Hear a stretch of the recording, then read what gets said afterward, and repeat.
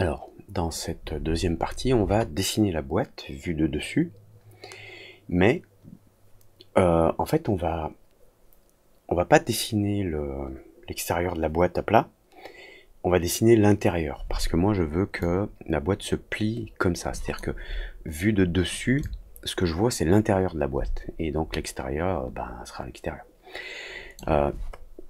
Donc, puisque je vais dessiner l'intérieur de ma boîte, si j'utilise un gabarit, comme une image que vous pouvez trouver sur internet comme celle-ci, et si vous la dessinez à plat dans Cinema 4D en utilisant cette image comme référence, si vous voulez la replier ensuite vers le haut, vous allez la plier à l'envers en fait. Donc si vous utilisez une image comme ça, il vous faudra rotation, inverser le canevas horizontalement. Comme ça, vous dessinerez d'en haut l'intérieur. Donc moi j'ai une image ici d'un canevas que je vais inverser. Donc où suis-je? Rotation, canvas, flip horizontal. Et je vais faire CTRL ALT SHIFT S. Voilà. Et je vais enregistrer un PNG sans transparence dans mon disque. Voilà, je l'appelle Mini Box Inside. Ok. Ok, enregistre.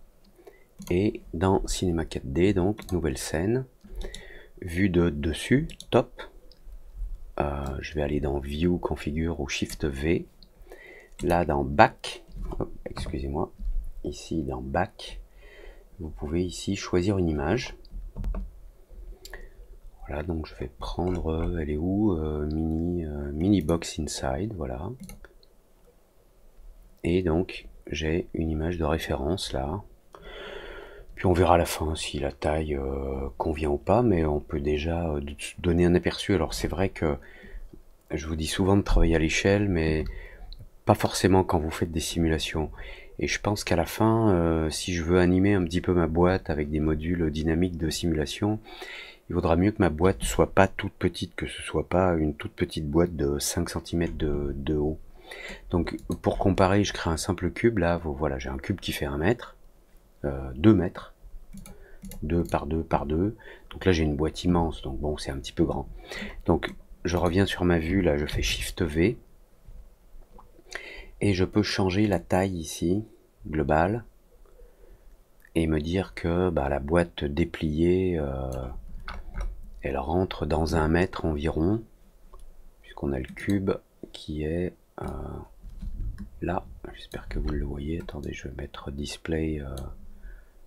Voilà. Le cube est là, le cube il fait 1 mètre. Donc ma boîte là, elle va faire 1 mètre. C'est peut-être beaucoup. Donc Shift V, je vais descendre ici en taille d'image. Mon image originale fait 4096 pixels de côté. Donc là, je vais mettre 100. Et puis comme ça, on aura... si je réactive mon cube et que je compare avec mon cube... si je lui dis 1 mètre par 1 mètre par 1 mètre... Voilà, une fois plié, donc mon canevas fait à peu près 1 mètre par 1 mètre par 1 mètre, et une fois plié, donc ça fera 25 cm de côté, ce qui reste une grosse boîte, mais si je veux faire de la simulation derrière, c'est pas bien grave, on pourra gérer ça à la fin. Alors je vais virer ce cube là qui nous sert à rien, et puis on va tracer les polygones avec les références que l'on a ici. Elles sont peut-être pas toutes faciles à voir, mais si j'enlève le workplane, voilà, on voit un peu mieux les traits. Alors, le mieux aussi, c'est de numéroter les faces, de leur donner au moins un nom. Alors, je vais pas le faire là, je vais revenir dans Photoshop et je vais ajouter donc des calques. Donc là, c'est la version reversed, ok. Donc, je vais ajouter du texte. Et je vais dire que ça c'est la partie... ça c'est la partie... Alors attendez, je peux pas faire comme ça. Okay, juste un clic, voilà. Ça c'est F01. On va dire. C'est quoi cette police? Qu'est-ce que c'est que cette police de caractère? Qu'est-ce que je suis en train de faire là? On se calme. Black Pro, on va prendre autre chose, quelque chose d'un peu plus light. Voilà, oui. Très bien. Donc, ça c'est F1, ça va être F2, F3, F4. Donc, maintenant, j'édite les textes. Donc, F2, là, F3, lui, F4, 4, je vais y arriver. Ensuite, ça va être... Ah, j'ai déplacé le... Ah, décidément. Bon, on va faire comme ça. Hop. Ça va être F5. Et ça va être F6. Donc, F5. Ici, F6. Puis les autres... Ouais, on va les numéroter aussi. On va leur donner des petits noms. Donc là, on va faire F7, F8, F9, F10, F11, F12, et puis peut-être F17 ici. Donc juste pour le fun, lui, je vais le tourner. Oups, je ne vais pas l'agrandir, je veux le tourner. Donc j'ai dit 6, et j'avais dit 6, j'avais dit là 7, 8, 9, 10, 11, 12,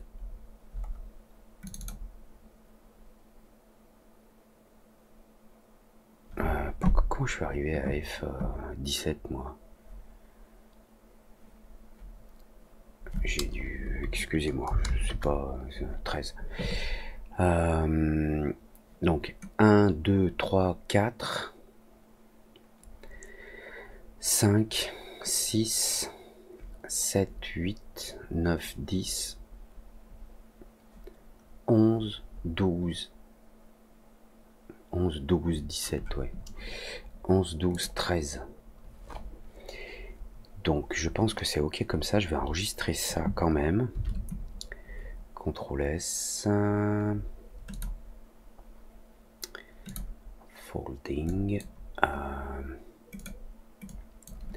Je vais l'appeler donc mini box inside numbered avec les numéros. Donc je sais même pas si on peut enregistrer, importer un Photoshop dans Cinema 4D, je pense que oui. Trier par date, numbered, voilà, ça y est. Donc maintenant on va pouvoir commencer à faire nos faces. Ce qu'on va faire, c'est qu'on va commencer par la première. Donc on fait un premier plan sans subdivision, sans, pas le nombre, hein, c'est-à-dire sans aucune subdivision. Voilà. Et puis notre plan il va aller environ ici. Et je vais tout de suite le convertir en éditable. Je passe en mode display lines. Et je vais éditer mes côtés. Donc celui-ci, il vient là, on va dire, parce que on va regarder quelle est la méthode la plus pratique pour subdiviser nos côtés pour qu'ils aient des contrôleurs pour pouvoir se plier. Et je me demande tout de suite si je pense que le mieux c'est de créer les faces une par une. Parce qu'autrement on va se retrouver à avoir besoin de séparer. Si on crée les faces dans le même objet, on va avoir besoin de les séparer. Puis à chaque fois c'est laborieux parce qu'il faut séparer la face pour obtenir un nouvel objet, revenir dans l'ancien pour supprimer celle qu'on a séparée, parce que on a des fonctions de disconnect ou disconnect split, mais ça garde la face originale dans l'objet original, donc ça c'est un petit peu pénible, on va dire. Donc ce que je vais faire, c'est que je vais juste contrôler mes côtés, voilà, je vais mettre ça comme ça, un petit peu à l'intérieur, ce côté là aussi un petit peu à l'intérieur, un petit peu. Je pourrais à la limite utiliser la grille, mais là ce que je vais faire pour l'instant c'est juste un petit peu. Donc là j'ai F01 et je peux dupliquer donc F01, donc en mode objet. CTRL, je duplique là à gauche pour faire F02. Donc lui c'est F02. Donc idem, je passe en mode Age et je vais placer voilà son Age en laissant un tout petit peu d'espace par rapport à la ligne de pliage. Alors là c'est peut-être un petit peu trop même, je pense. Je vais pas en laisser trop. Ici, voilà, un tout petit peu. Alors ce que je pourrais, c'est prendre une référence, par exemple me dire là, si je suis dessus, voilà, là je suis au centre, si je déplace comme ça, je veux dire je vais prendre 0,1 cm environ. Vous voyez là c'est marqué 0,1012. Donc je vais faire la même chose à chaque fois, 0,1 environ. Donc je me mets dessus et je le déplace un petit peu pour être à 0,1. Voilà, environ, à peu près. Ok, donc idem, je refais le F1. Donc ce côté, si je le mets au centre, ça donne ça, et je le déplace juste à 0,1. Idem celui-ci, je vais le mettre au centre et je le déplace de 0,1. Ok. Bon, vous voyez le principe. Donc ce que je vous propose, c'est de... on va juste en créer encore une ou deux. Et puis après je finirai sans vous et puis je vous montrerai le résultat. Donc F3, puisque c'est l'opposé de F1, je vais pouvoir dupliquer F1, que je vais bien sûr renommer tout de suite F03. Et attendez, je suis en mode Age, je vais l'amener sur F3. Encore une fois, voilà, environ. Et puis idem pour F2, d'ailleurs je peux les mettre dans l'ordre, et F2 ça va devenir F4, ici cette copie. Ce F2 il va venir donc là. Bon, après je peux refaire comme j'ai fait tout à l'heure, c'est-à-dire que je place cette ligne là au centre, et hop je me décale de 0,1. Voilà, environ, hein, on n'est pas aux pièces là, se déborde un petit peu ici. Allez, mode Age, je sélectionne ce côté et puis je vais pas le faire déborder lui parce qu'il n'y a rien à gauche. Juste vite fait, comment gérer ces faces là? Eh bien à peu près de la même façon, mais donc je sélectionne aucun objet, je vais utiliser le pen tool, je vais tracer vite fait comme ça un polygone, on va dire. Là, là, et puis là, puis je ferme. Et maintenant, il faut que je crée quand même les subdivisions là en dessous. Alors, il y a quand même une première chose à faire, hein, en mode point. Je vais sélectionner ce point là et ce point-ci. Et je vais les mettre à la même... enfin, je veux qu'ils soient horizontaux. Donc pour ça, on peut utiliser l'outil d'échelle. Et amener l'échelle à 0, mais il faut faire attention parce que si on passe en négatif, on inverse le problème. Ok, donc pour venir bien à 0, on appuie sur majuscule et on s'approche de 0, et quand on y est, on lâche, et les deux points sont maintenant à la même hauteur. Donc maintenant je peux les déplacer. Donc je vais les déplacer comme ça. Ici on a un petit schmilblick dont on pourrait pas forcément se passer, mais je vais mettre le contrôleur en fait. Je vais mettre le contrôleur entre les deux là. Donc pour l'instant vous voyez je reste là. Ok. Non, je peux là aussi ces deux points là, ce point là et ce point là, avec l'outil donc d'échelle, en appuyant sur majuscule, je mets à 0, comme ça ils sont bien alignés verticalement.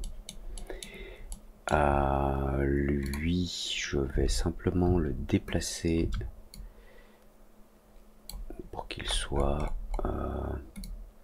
à peu près aligné sur celui-là.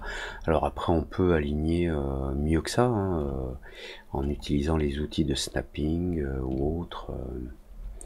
Bon, je vais pas me prendre la tête pour l'instant.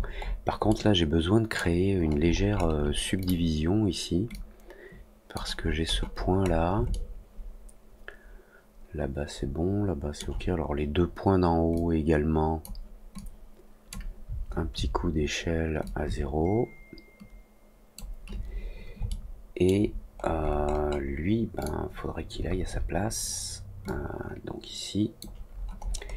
Et je vais créer quelques subdivisions ici avec le line cut. Donc je pars de ce point. Si j'appuie sur majuscule, je reste horizontal. Et voilà, je finis là. Maintenant je peux faire escape. Ce point là, je clique majuscule, je viens là. Escape. Ah, il n'a pas voulu là. Si, c'est bon. Et puis celui-ci vers la droite, majuscule, je clique bien sur la ligne, escape, voilà.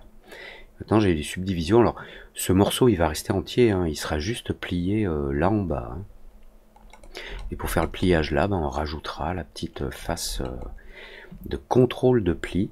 Même si on voit qu'on a déjà un petit décalage là entre cette face et cette ligne, on voit que celle-ci va être pliée un peu plus haut et celle-là un peu plus bas. Donc il faudrait que je revienne quand même sur cet objet là. C'est qui ça? C'est F2. Et cette ligne là, je vais la déplacer. Alors si je me mets au milieu, je me mets au milieu de la ligne rouge et je la déplace de 0,1. 0,0999, c'est ok.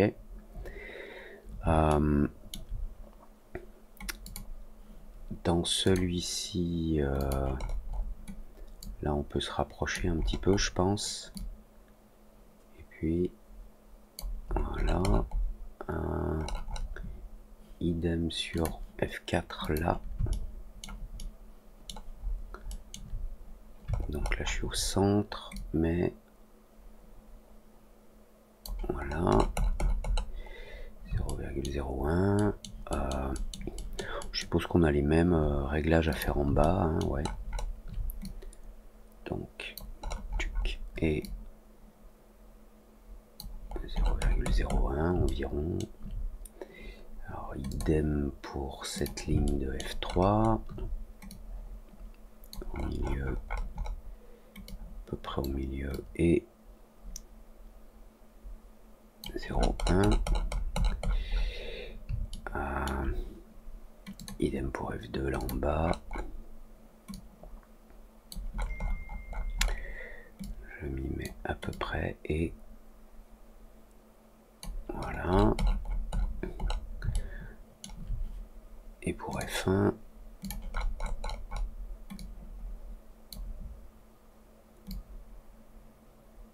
voilà, hop. Donc on va dire là que nos faces F1, F2, F3, F4 et F8, elles sont ok. Donc maintenant je vais faire le reste et puis éventuellement je vous montrerai pour le pli bizarre de F11 et de F12. Allez, je mets la vidéo en pause, à tout de suite. Alors, vous savez quoi, en fait, je vais continuer, vous avez qu'à avancer dans la vidéo si vous le souhaitez. Parce que pour F9, par exemple, F9, c'est F8, mais inversé verticalement. Donc F9, j'ai fait une copie de F8, donc je déplace à peu près là. Et on peut recentrer l'axe, je suppose, avec Tools. C'est où? Donc, Tools, Axis, Center Axis to, Center Object to. Je vais prendre Axis Center, laisser les valeurs par défaut, Execute. Voilà, et l'axe est au centre maintenant de mon objet. Alors lui, il va falloir que je le retourne. Alors, si on essaye de faire un changement d'échelle comme ça, quand on arrive à 0, ben on peut pas aller à moins 100. Donc en fait, le mieux c'est d'aller en mode point, on fait CTRL A, on sélectionne tous les points, et là on peut faire moins 100, et en appuyant sur majuscule, on peut aller pile poil à moins 100. Donc je reviens en mode objet, move, et vous voyez, elle ressemble en plus, mais il y a un petit décalage. Ok. Il y a même un décalage ici, c'est marrant. Donc bah, je vais éditer les points. Selection Tool, rectangular, comme ça j'aime bien. Voilà. Et là je pense que la distance en haut, elle est... bon allez. À peine plus. F10, même chose. F10, je pense que c'est F8 tourné à 180 degrés. Donc je copie F8 là en bas, je mets F10, mode objet, rotation 180 degrés. Et bah, je le déplace. Alors je vais centrer son axe, Tools, Axis, Center Axis, Execute. Je vais garder ça de côté au cas où je le sors un peu de l'écran là. Et donc est-ce que ça c'est correct? Bah c'est pas mal, ouais, voilà. Ok, c'est cool. F7, alors F7 c'est quoi? F7 c'est F9 tourné de 180 degrés. Donc je duplique F9, je l'appelle F07, je vais le mettre à sa place là. 1, 2, 3, 4, 7, 8, 9, 10. F7 donc c'est ça, pivoter à 180 degrés. Je vais le placer à peu près où il faut. Alors, vous voyez, c'est pas exactement la même taille hein, sur le gabarit. Donc on va faire avec. Ici. Comme ça, ok. Et maintenant, je vais déplacer les points là. Oups, selection. Voilà. Donc F7, il est correct. F8 c'est fait, F10, qu'est-ce qu'on fait? On s'occupe d'F13, allez je vais dupliquer F1 et ça va devenir F13. F1, donc je vais le déplacer ici. Ok, pour la distance, on est à peu près bon. Allez, un petit pixel de moins. Ah, j'y arrive pas, voilà. Et puis le côté droit de F13. Alors, mettant Selection Brush, le côté droit d'F13, il vient là. Et les deux points, donc je peux les sélectionner comme ça, voilà. avec l'échelle, je vais les rapprocher, voilà, et c'est correct en haut, en bas un petit peu moins, hop, et là un petit peu moins comme ça en hauteur. De ce côté on est à peu près bon là, voilà.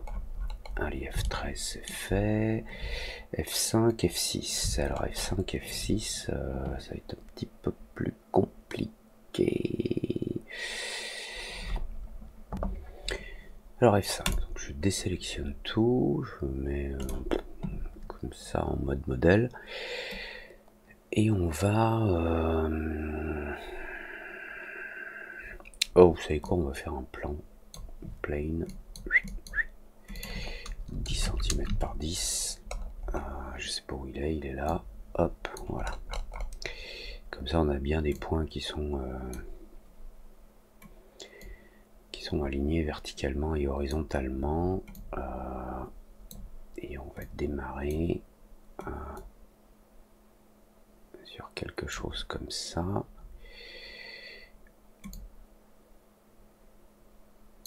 Sur quelque chose comme ça. Donc là, voilà, on n'est pas trop loin en bas. Regardez, juste une petite marge en bas. Et là en haut, alors je vais le convertir parce que là on est en paramétrique. Je mets donc plane, donc c'est F05. Désolé pour mon téléphone qui fait ding ding ding. F5 là en haut. Et on va l'éditer. Alors cette ligne, je vais la mettre là en bas puisqu'on a des traits de coupe ici. Et les pointillés, c'est des traits de pli. Donc ce que je vais faire, c'est que je vais rajouter 2 loops ici. Donc par exemple avec le loop path cut tool là, mettre une boucle ici. Donc je viens de générer une nouvelle face là.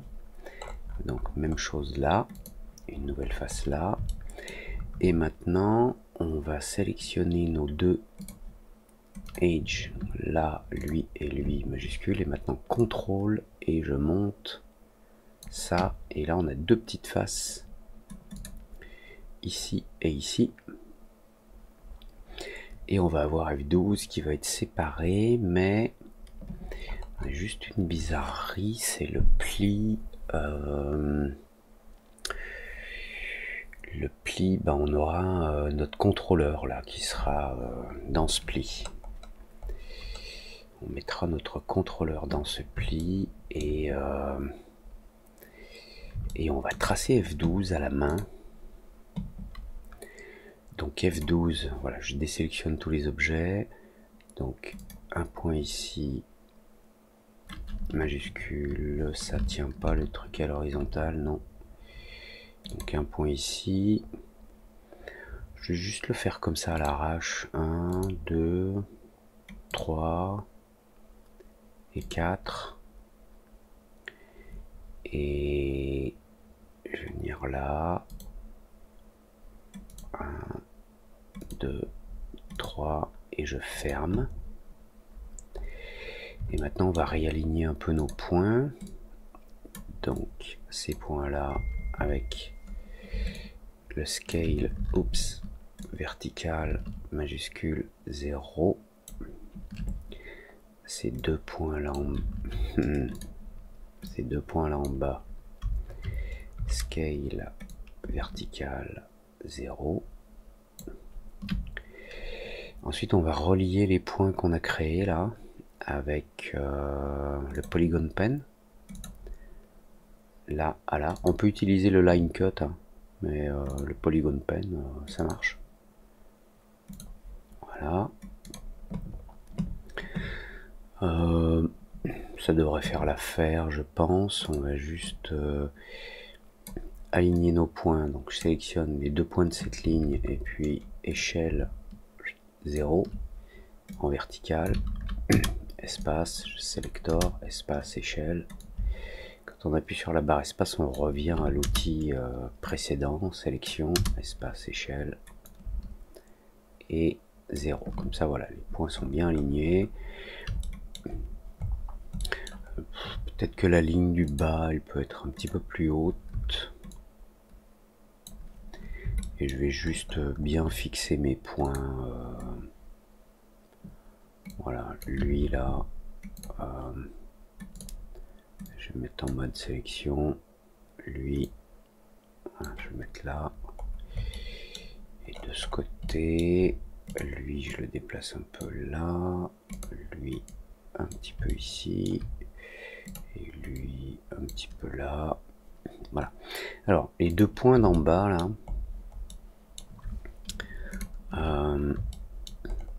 Je vais les descendre. Parce que la coupe, elle se fait très proche.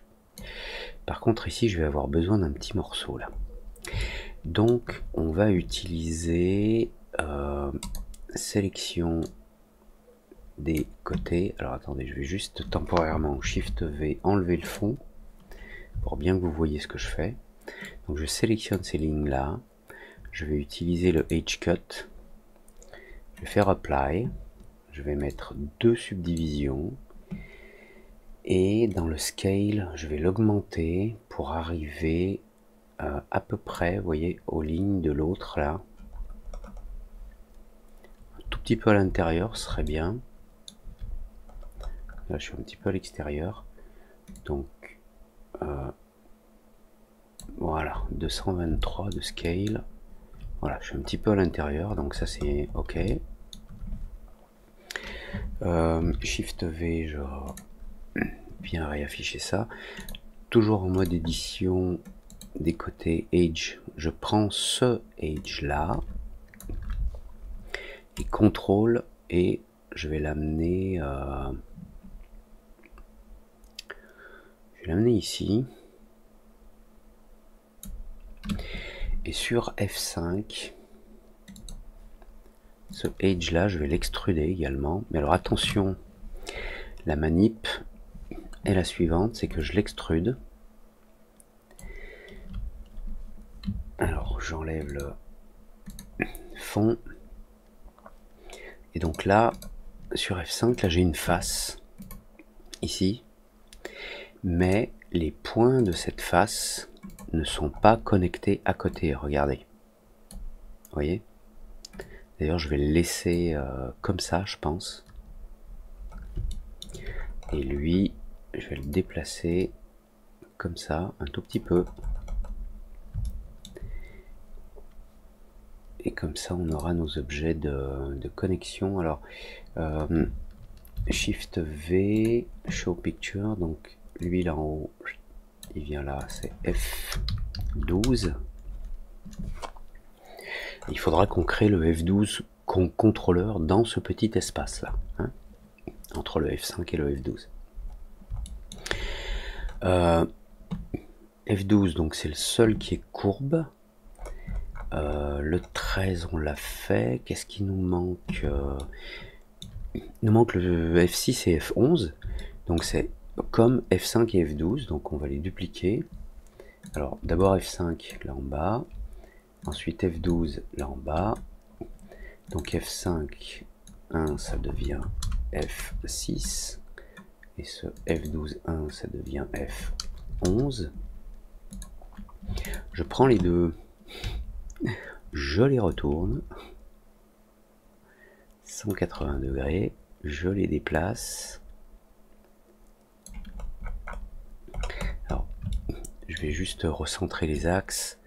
Donc Tools Axis, ah ben je l'ai là. Tools Axis, Center Axis, Execute, voilà. Donc, je sélectionne bien les deux. Comme ça, je vais pouvoir placer ça en espérant que c'est exactement la même géométrie que F5, F12. Et bah, ça me paraît correct, quoi. Voilà. Donc maintenant, on n'a plus qu'à remettre les choses dans l'ordre. Donc F6 il vient là et F11 vient là. Shift V, je désactive le fond. J'ai bien toutes mes pièces a priori. J'ai rien oublié. Bon, bah on a bien avancé. Donc là, ce que je vous propose, c'est d'arrêter cette partie numéro 2. Et puis on se retrouve dans la vidéo suivante, partie numéro 3, où on va créer les contrôleurs et on va créer les liaisons de contrôle. Donc comme d'habitude, abonnez-vous, likez pas, laissez un commentaire si il y a quelque chose qui vous déplaît, laissez un commentaire pour dire merci aussi, c'est cool, ça me fait plaisir. Et à tout de suite.